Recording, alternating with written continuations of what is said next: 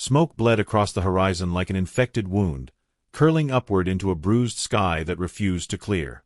The scorched earth groaned beneath Elias Vorn's boots as he trudged across the battlefield, half dragging a shattered leg behind him.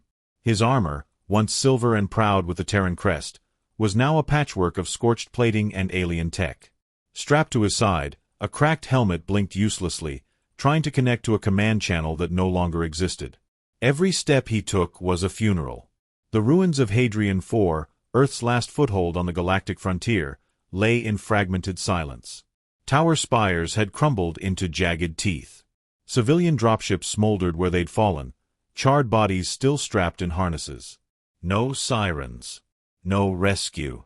Only the wind howling like a mourner who refused to leave the grave. Vorn stumbled past the remains of his squad's outpost, what had once been Echo Line. Now just a mound of ash and twisted metal. A scorched Terran flag fluttered from a broken rifle jammed into the earth, the insignia half melted. He fell to his knees beside the nearest corpse, Lieutenant Park, her visor blown open, eyes wide in a frozen scream. Vorn reached out with a trembling hand and shut her lids. One by one, he moved from body to body, collecting dog tags, placing them beside the ruined comms dish. When he reached Lieutenant Mercer, still gripping the handle of a plasma repeater, Vorn exhaled a choked laugh. "You were always too damn stubborn to let go." No answer, of course. Just the hiss of cooling metal. He knelt, digging graves with a broken entrenching tool. The soil was scorched, full of shrapnel, and each scoop scraped against the bones of Earth's future. He worked until his fingers bled, until his lungs rasped, until the sun began to set over a world that no longer wanted him. When the last body was buried, Vorn sat alone before the graves, helmet in his lap. The HUD flickered erratically, desperately seeking satellite connection. No signal. Error. Terran channels discontinued. Then, a line of text appeared, unprompted. Unit designation. Obsolete. He stared at it, unmoving. His exhale steamed in the cold as he removed the helmet and slammed it against a rock, again and again, until the visor cracked, sparks arcing. When he finally dropped it, he sat there in silence, eyes distant. Behind them, memories swirled like ghosts. His squad's laughter, his commander's last words, the way the sky lit up the moment they realized no evac was coming. But the betrayal had started long before the last shot. He remembered the room, sterile white, lined with shimmering banners of the Galactic Council. The air had smelled like metal and fear. He stood beside Earth's ambassador, a former general-turned-diplomat, face drawn and tired. Across from them sat Counselor Drex, flanked by reptilian advisors and polished droids. "This is not sustainable," Drex said coldly. "Earth lacks the resources to justify continued protection." "We are not asking for protection," the ambassador had replied. "We are contributing. Our troops are dying on your front lines." "Expendable resources," Drex corrected. "Your species breeds quickly. You adapt well to attrition." Vorn remembered tightening his fists, the way he wanted to leap across the table and rip the smugness from Drex's face. And yet, the ambassador had bowed. Weeks later, Earth's battalions were sent to the outermost front, Hadrian IV. Strategic encirclement, Command had called it. But as soon as the enemy fleet advanced, Terran support lines vanished.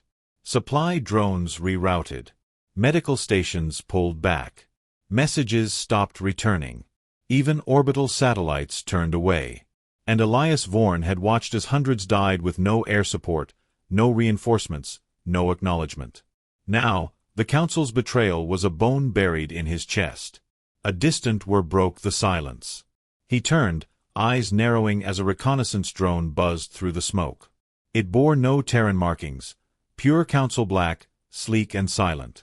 Vorn didn't move. The drone hovered, scanned him with a cold red beam, then emitted a synthetic voice.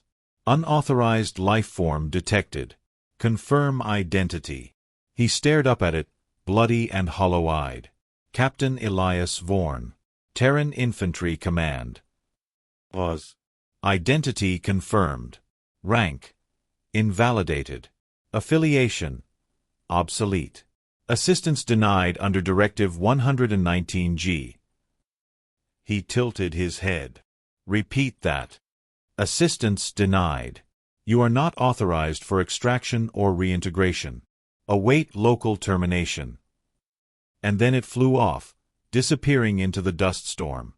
Vorn stood slowly. Not with rage, but with a terrible calm. He looked at the graves, at the battlefield, at the burned flag. Then he reached into his satchel and drew out a jagged piece of hull plating, torn from a downed shuttle. With a shard of broken glass, he scratched 4 words into its surface. I serve no one. He drove the makeshift sign into the ground like a headstone. At a wreckage site nearby, he scavenged what he could: plasma coils from enemy tech, Terran armor pieces, thermal wraps from fallen scouts. He removed his rank patches, stripped his nameplate, fused scavenged gear into his gauntlets, repurposing power nodes. His right arm, half cybernetic, flickered to life as he rerouted energy flow from an alien capacitor. Pain seared up his spine. But he didn't stop. By nightfall, he no longer resembled a Terran soldier. He was something else. Something born of ash and betrayal. The kind of thing the Council would later claim should not exist. He vanished into the wilds, and for a while, the galaxy believed him dead. But rumors have a way of surviving. 3 years later, a diplomatic station on the fringe of neutral space burned from the inside out. Elite guards were found with their throats slit, weapons untouched. The facility's surveillance systems were looped, showing only static. The only image recovered was a single frame: a man in mismatched armor, a cracked visor, a blade strapped to his back. No insignia. No flag. Only the word Earth burned into his shoulder pad. The Galactic Council issued a blacklist order. Unaffiliated terrorist. Human extremist. Target: Elias Vorn. Dead or alive. In a bar on Achaia Prime, a bartender whispered tales to traveling miners. About a ghost who walks among the stars. A man who once begged for rescue and was told he didn't matter. A man who now answers to no chain of command, no hierarchy, no flag. He doesn't kill for fun, the bartender said, leaning close. He kills because there's no one left to bury. And now he wants the ones who left him there to feel what Earth felt: forgotten, broken, and dying alone. Vorn didn't hear the story himself. He was already light years away. In a cargo bay on a smuggler's ship, he crouched in the dark, sharpening a blade made from melted Council steel. He watched old footage on a cracked projector, recordings from Hadrian 4. The last stand of Echo Line. The screams. The silence. One file played on loop. The moment the satellite turned away, he clenched his fist. From his pocket, he pulled a metal disc, a command emblem from General Kale, his former commanding officer. Vorn had found it buried in Council archives on a Shadow World outpost 2 months prior. Proof that Kale had approved the abandonment orders. Proof that betrayal came not just from alien mouths, but human ones too. Vorn slid the disc into his armor's inner pocket. His voice broke the silence for the first time in weeks. I'm coming. Outside the ship, stars streaked past. The galaxy moved on, indifferent. But vengeance had a long memory. And Elias Vorn was no longer a soldier. He was something far more dangerous. He was a reminder. And he was just getting started. The docking clamps hissed as the smuggler's ship disengaged from the orbital hub above Orient Station, its engines flaring like twin comets as it drifted into the currents of deep space. Inside the dimly lit cargo hold, Elias Vorn sat cross-legged in the shadows, watching the stars wheel through a cracked viewport. Each one burned with cold indifference, a million lights from a million worlds that never answered Earth's final call. He adjusted the power cell embedded in his left gauntlet, a hybrid of Terran alloy and Raider Scovtech. It hummed low, vibrating against the synthetic nerves running through his arm. The device wasn't stable, but it would do what he needed it to. His face, partially lit by the interface glow, was weathered, scarred by shrapnel, etched with old rage. Behind him, footsteps echoed. Didn't expect a passenger, came a gravelly voice. Vorn didn't turn. I paid for silence.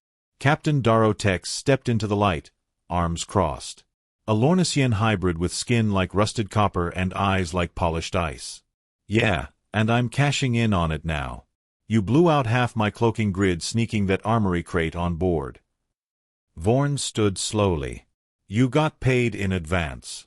Darrow chuckled, but it was mirthless. And you're heading to Gelthorn Prime? That's Council territory. No one goes there unless they're desperate or suicidal. Vorn faced him, silent. Darrow squinted. You're hunting someone. Vorn didn't answer. The captain's smirk faded. Council spooks pay good credits to erase ghosts like you. Just be sure your fight doesn't drag me down with it. I'm not here to fight, Vorn murmured. I'm here to end it. With that, he turned and vanished into the shadows, leaving Darrow staring at the empty space where he'd stood. Gelthorn Prime shimmered in the distance, an artificial world carved from a hollowed-out asteroid, wrapped in solar mirrors and shield grids. It floated in Sector Theta 29, a blind spot in the galaxy's navigational arrays, accessible only through legacy drift routes. To the uninformed, it was just another supply station. But for those who knew its secrets, Gelthorn was the linchpin of the Council's covert command, home to classified projects, buried intelligence, and the one man Elias Vorn had crossed half the galaxy to find. General Kale. The name tasted like rust on Vorn's tongue. The descent was rough. The smuggler ship clipped 2 drones before slamming into docking bay D7. Before Darrow could stabilize the ramp, Vorn was already gone, melting into the foot traffic of shift workers and cargo loaders. The lower city pulsed with artificial light. Neon signs blinked promises of pleasure and oblivion. Council enforcers patrolled the upper tiers, their armor polished, their visors unreadable. Vorn kept his head low, his armor covered by a utility cloak. He moved with practiced purpose, steps measured, scanning faces without appearing to. He wasn't alone here. He could feel it. The trail led him through winding alleys and decaying tunnels where the city's sewage met its forgotten infrastructure. There, past a rusted valve marked Reactor Maint, he found the contact. Vree was a slicer. A human, but not one the Council would ever claim. Her skin was inked with neural tattoos, her arms lined with interface ports. She sat curled over a hologrid that blinked with shifting data clouds. "You're early," she said without looking up. "You said you had intel," Vorn replied. Vree tapped a command. The hologrid condensed into a sharp triangle of light, an access schematic of Gelthorn's command spire. General Kale's itinerary. He arrives tomorrow. High-security transport from the outer core, escorted by an armored division. 3 decoys. Which one is real? I narrowed it down. You'll need to tag the convoy at junction point M7. Anything closer, and their signal jammers will fry your tech. Vorn stared at the map. And his quarters? Vree hesitated. Top tier. Triple-locked biometric entry. Surveillance 24/7. Even if you got through the outer shell, you'd need a council-level override to reach him. I'll make noise. Vree snorted. You're going to make a crater. He turned to leave. Wait, she said suddenly. Why him? Why Kale? He stopped at the doorway. Because he made the call. Vree didn't press further. She just sat back, watching him disappear into the static flickering gloom, muttering to herself. Dead men walking always cast the longest shadows. The convoy came screaming through junction M7 like a steel serpent, flanked by drone escorts and sonic cannons. Each transport was indistinguishable, matte black with encoded panels, no windows, no lights. But Vorn had waited 2 days for this moment. Hidden beneath the causeway, he tracked the energy signatures. The central transport carried a pulse he recognized. Council-grade neural shielding, the kind only used by upper-echelon officers. He armed his EMP coil, primed the fusion charge on his gauntlet, and launched. He exploded from the shadows like a missile, slamming into the transport's underbelly. Magnets engaged, locking him in place. Sparks flew as he tore through the chassis plating, forcing his way into the undercarriage. He planted a spike, a timed disruptor, and dropped away just before it detonated. The blast staggered the convoy, knocking 2 escorts into the support walls. Screams echoed across the junction as drones fired blindly into the smoke. But Vorn wasn't there. He was already inside. The interior stank of ozone and panic. Enforcers scrambled to restore control as the lights flickered. One of them raised a plasma rifle. "Identify yourself."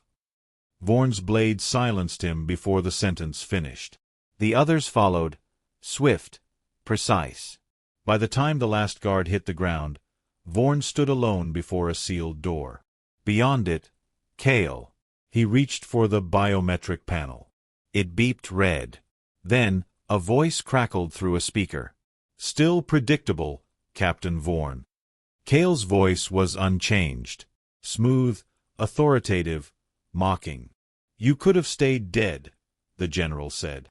"Earth was a failed project. You should be grateful we let you die clean." Vorn didn't respond. "You won't reach me," Kale continued. "I am the Council now. You're just a scar they've chosen to forget." The door hissed, gas flooding the chamber. Vorn fell back, coughing violently as the nerve agent flooded the corridor. He slapped a filter mask over his face, lungs burning. The walls shimmered. Holographic projectors flickered. The entire transport was a simulation. It wasn't real. Kale had baited him. By the time he stumbled back outside, Council reinforcements were already en route. Drones circled. Sirens wailed. Streets closed down. Enforcer teams swept the sector with kill orders. Vorn ducked into the lower depths, bleeding, vision swimming, muscles spasming from the gas. He found a tunnel. Collapsed halfway. He crawled inside, dragging his body with gritted teeth. He passed out to the sound of distant gunfire. When he awoke, Vree was leaning over him, injecting a serum into his chest. "You look like death," she muttered. Vorn groaned, pulling himself upright. Kale was never there. "No," she said. "But he is now." She gestured to a flickering screen. "Council networks are scrambled. Whatever you did forced him to appear in person. He'll be addressing the elite tomorrow, celebrating a new directive. He'll be in the open, surrounded by the galaxy's worst." Vorn flexed his hand, fingers trembling. "That's where it ends." Vree hesitated. "You sure this isn't just revenge?" "It's justice," he said quietly. "For Earth. For every soldier left in the dirt." She held his gaze for a moment, then handed him a vial of synth blood and a makeshift detonator. "You'll need these." That night, beneath the ruins of the old reactor line, Elias Vorn reforged his armor. He replaced the cracked visor with a reflective plate scavenged from a dead enforcer. He rewired his gauntlet, rerouted the power core, and embedded a memory crystal into his chestplate, a recording of the last orders issued to Echo Line. Let them hear what betrayal sounds like. When he was done, he stood tall. Not as a Terran, not as a ghost, but as a reckoning. Tomorrow, the hunt would end, and the reckoning would begin. The council hall rose from Gelthorn's core like a gleaming blade, slicing through layers of artificial sky and smog-thick air. Its spire shimmered with refracted solar light, polished to perfection, casting reflections so sharp they almost seemed to cut through the clouds. A monument to supremacy, to control. Inside, beneath gold-laced ceilings and walls lined with living crystal, the most powerful beings in the known galaxy gathered. Counselors in ceremonial garb, advisors cloaked in silence, mercenary generals still stinking of battlefield smoke. And at the center, under an obsidian crest of the Galactic Council, stood General Kale. He wore a uniform lined with command sigils, a mantle draped over his shoulders, dark as the void between stars. His hair was silver now, styled, regal. His voice, amplified by the central podium, wrapped around the crowd like a vice. "We stand at the edge of a new frontier," he declared, his eyes sweeping across the congregation. The failures of the past, Earth, the colonial uprising, the Soul Drift riots, were not accidents. They were lessons. Wounds that taught us the necessity of order, of singular vision. The Council's vision. Scattered applause followed, polite and shallow. Kale's smile was measured, controlled. "Today, we activate Directive Ascension. Full automation of sub-tier colonies. Neural compliance for unstable systems. No more rebellions. No more wasted lives. Vorn listened from the shadows of the maintenance shaft high above the chamber. Ductwork groaned beneath him as he crawled toward a vent. His armor, repainted in council black, blended with the shadows. The memory crystal embedded in his chest plate pulsed faintly. Beneath it, his heart was a steady drumbeat, slow, resolute. He had memorized the floor plan. Every angle. Every exit. Kale had stepped into the open. All Vorn needed was a clear shot. But then, the speech changed. "There is one final echo from our past we must silence," Kale said, turning to a holoscreen beside the podium. It flared to life, revealing a grainy image, Elias Vorn, as he looked a decade ago, just before the fall of Echo Line. Younger. Angrier. Some still believe Earth was abandoned. That its soldiers were betrayed, Kale said, voice layered with disdain. This is a lie. Captain Elias Vorn was offered evacuation. He refused. He disobeyed command, sabotaged council protocol, and led his unit to annihilation. Gasps echoed through the chamber. Vorn's jaw clenched. Kale continued, voice cold as glacial steel. He is not a hero. He is a traitor. And he is here, now, hiding like a rat. A broken thing clinging to ghosts. Every security node in the chamber lit red. Alarms wailed. The vent above the council hall burst open as Vorn launched downward like a black arrow. Time seemed to fracture. The crowd screamed, scattering. Enforcers raised plasma shields. But Vorn landed hard, armor cracking the marble floor, and rolled into a crouch, rifle raised. He fired once. The shot struck Kale's shoulder, spinning the general backward. Chaos erupted. A wall of enforcers surged forward, weapons flaring. Vorn moved like water, evasive, unpredictable. He ducked, rolled, leapt behind a hollow display, returned fire with calculated precision. One by one, security fell. But more came. They always came. He reached the podium, dragging Kale upright, pressing a blade to his throat. The room froze. Override lockdown, Vorn ordered. Kale chuckled despite the blood seeping down his collar. You think this changes anything? I'm not here to change, Vorn said. I'm here to reveal. He tapped the memory crystal on his chest plate. It blinked. Then, from the hall speakers, came the last known transmission from Earth's command bunker. Crackling, raw, filled with screams. This is Echo Line requesting evac. Repeat, requesting evac. We are being overrun. No air support, our coordinates are. Negative, came Kale's voice. Cold. Dismissive. Echo Line is a controlled loss. Cut all links. What? You can't. End transmission. Silence followed. Then gasps. Whispers. Several counselors stood, their faces pale. Kale didn't flinch. That recording proves nothing. It's an edit. A fabrication. But something in the room shifted. Truth had been spoken. Kale's hand moved suddenly, toward his gauntlet. Vorn reacted. He slammed the general to the ground, wrenched the device free, and tossed it aside. But the damage had been done. The Council's security AI had triggered its failsafe. Steel shutters slammed down over the exits. Emergency protocols activated. A voice echoed from the hall's core, containment breach. Executing sterilization protocol. Damn it, Vorn muttered, ducking behind the podium as automated drones descended from hidden ports. Laser fire raked across the floor, cutting through chairs and banners alike. Counselors screamed. Some ran. Some fought. Others turned on each other in desperation. Kale laughed. You want justice? He spat, blood trickling down his chin. You think burning this hall will cleanse your failure? Earth fell because it was weak. You failed them. Vorn's fingers trembled over the detonator Vree had given him. No, he said. You failed them. And now they'll hear what you buried. He activated the crystal again, this time broadcasting system-wide. Every screen across Gelthorn lit up. Every terminal. Every port. Soldiers. Engineers. Civilians. They all heard the betrayal. And they saw Elias Vorn, standing alone against the monster who had condemned his world. Drones swarmed. Vorn fought with everything he had. His armor cracked. His rifle ran dry. But he pressed forward, shielding Kale from escape, forcing him to face every second of the broadcast. Then, from the chaos, a figure emerged, Vree. She had hacked the lower security grids, redirecting drones.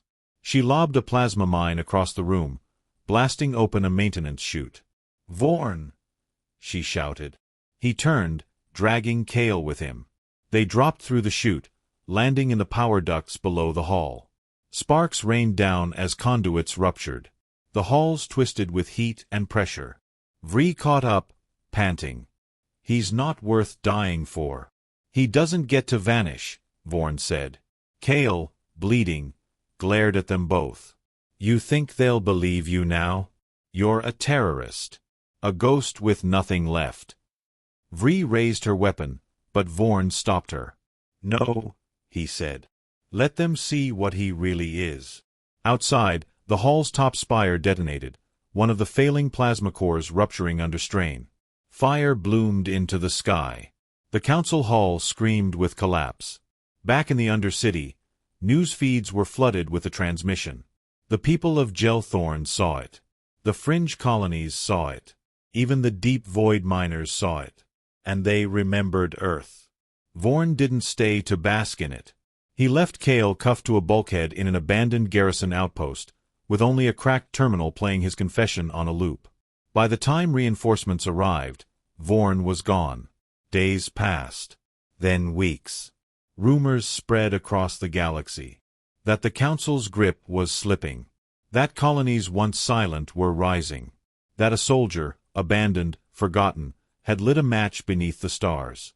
And far from Gelthorn, aboard a salvaged stealth frigate sailing the ghost lanes of the drift sector, Elias Vorn watched a new sky unfold. He didn't smile. He didn't rest. He only whispered the names of those lost, one by one, because the truth had been shattered. And now came the reckoning.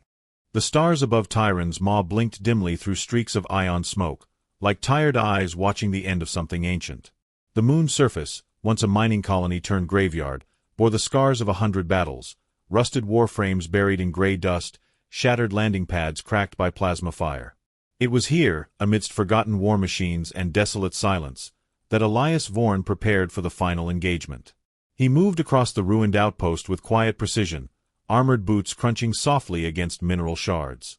His cloak, charred from prior encounters, billowed behind him as he entered what remained of the command station. The walls were scorched. Consoles sparked intermittently, useless. But the antenna still worked. He had rewired it himself, salvaging old transmitters from derelict hulls, reprogramming it with Council access keys stolen during the chaos on Gelthorn. He keyed the final code. A signal pulsed into the void. Not a distress call. Not a declaration. A challenge. The bounty on his head had reached record heights, an absurd testament to the Council's desperation. Mercenaries, assassins, rogue battle groups, they had all come. None returned. And now, the last of them had been sent, Aegis Fleet Unit 07, known as the Mercy Bringers. There was no irony in their name. They didn't offer peace. They offered clean extermination. And they were coming. Vree entered the station behind him, her expression taut with worry. Her cybernetic eye flickered red. They're 6 minutes out. Frigate class with drop support. Heavy armor. No civvy units. They're not here to arrest. Vorn adjusted the grip of his rifle. Good. You should run. He didn't look at her. I stopped running when Earth burned. Vree sighed, the sound hollow in the failing air scrubbers. Then let me help. You already did, he said, finally turning to meet her gaze. You gave them truth. Now let me give them fear. Before she could respond, a sonic boom cracked across the sky. Fire trails marked the descent of Council dropships, cutting into the horizon like celestial blades. Dust storms kicked up as they landed, hatches opening with serpentine hiss. Out marched the Mercy Bringers, armored, faceless, flawless. Their white plating gleamed, etched with kill tallies, each step calculated. Among them stood Commander Velra. Once a prodigy of the Council's elite vanguard, Velra had never lost a target. She wore no insignia, only a red sash tied across her waist, soaked in the blood of every high-profile kill she'd completed. Her gaze found Vorn instantly through the visor. She smiled, cruel and clinical. Vorn stepped forward, lowering his hood. "I'm right here." Velra raised a hand. The attack began. Explosions tore across the landscape, flattening what remained of the command station. Vree dove behind cover, returning fire with her pulse cannon, each shot calculated and brutal. Drones whirred overhead, raining hell. But Vorn didn't retreat. He advanced. He moved like a storm, unrelenting, precise. Every step was deliberate, every movement refined through years of war and exile. He slammed into the front line with no hesitation. One soldier fell to a blade across the throat. Another to a magnetic charge detonated point-blank. The Mercy Bringers encircled him, but Vorn danced between them, a ghost wrapped in vengeance. Velra entered the fray herself, blades drawn. She struck with speed enhanced by neural augmentations, but Vorn met her blow for blow. Their weapons clashed, sparked, screamed. Around them, battle blurred into chaos. "You're not fighting for justice," she snarled. "You're fighting to die." "No," Vorn growled, parrying a strike and slamming his shoulder into her. "I'm fighting to be remembered." She laughed, even as blood stained her jaw. The battle pushed into the remnants of the mining shafts. Tight corridors echoed with gunfire and screamed commands. Vree flanked the enemy lines, disabling support drones, severing communications. Still, the Mercy Bringers pressed on, driven by algorithmic fury. One by one, they fell. Not because they were weak, but because Vorn had nothing left to lose. He fought with the memory of his fallen squad burned into his muscle memory. Every failed evac, every silenced distress call, every name he whispered in the dark, the ghosts of Echo Line guided his hand. Finally, only Velra remained.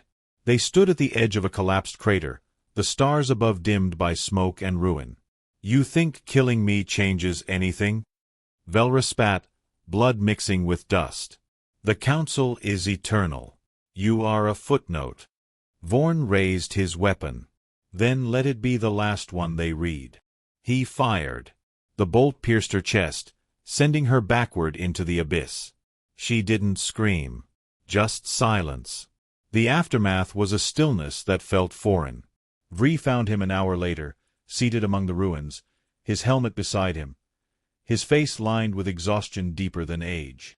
"They'll send more," she said, sitting beside him. "They can send them all," he replied. "I'm not fighting them anymore. I'm fighting the memory of what they took."